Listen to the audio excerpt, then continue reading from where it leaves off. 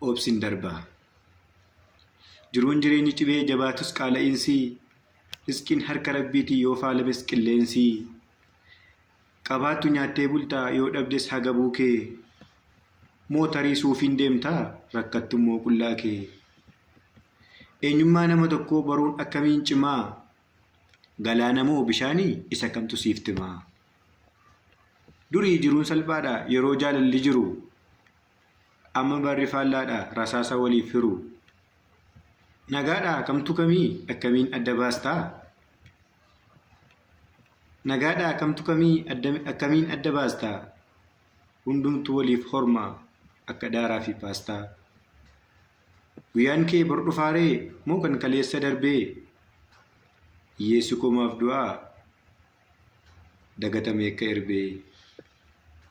Obsaan eegna yoomillee abdiin kunne ammayyuu. Mee wal haa mararfannu gumaan cabe haa fayyu. Nuti ilmaan aadamii jalqabii keenya tokko. Maaliif adda addaa deemnaa akka muramaa hokkoo.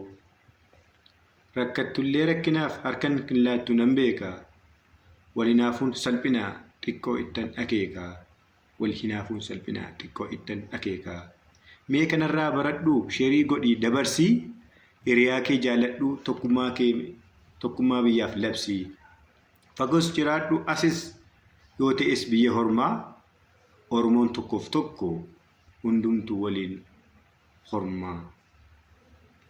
Jaalalli yoo jiraate hundumtuu jira dhugaa.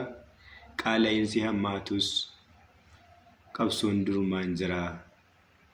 Jijjiiramni dhufa jedheen abdadha yoomuu. Horaa bulaa deemadaa qabsoon keenyan dulloomu. Bye bye.